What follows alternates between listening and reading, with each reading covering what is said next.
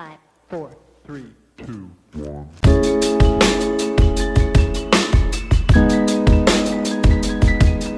I still remember the very first exercise that my video production high school teacher had us do.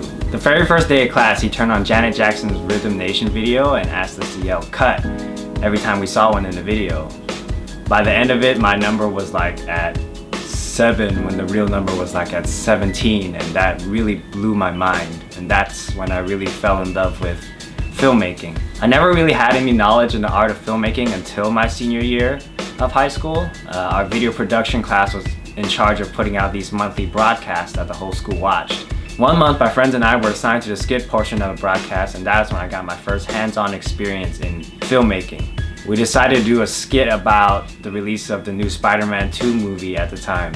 Of course, it wasn't the best video in the world, but I loved the whole process of writing, scouting for locations, setting up camera angles.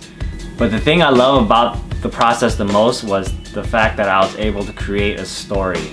You know, something that had a beginning and an end. That has always been my favorite part of movies, just watching somebody or something from the beginning of the movie go through trials and tribulations, ups and downs, to get to where they're at by the end of the movie. And I was able to produce something like that and share it to people, and people actually liked it, and that is when I fell in love with the art of storytelling. There are so many individuals out there with such amazing stories that are left untouched. A lot of people, including myself, think their lives are very mundane and it isn't really worth, you know, expressing it to the world.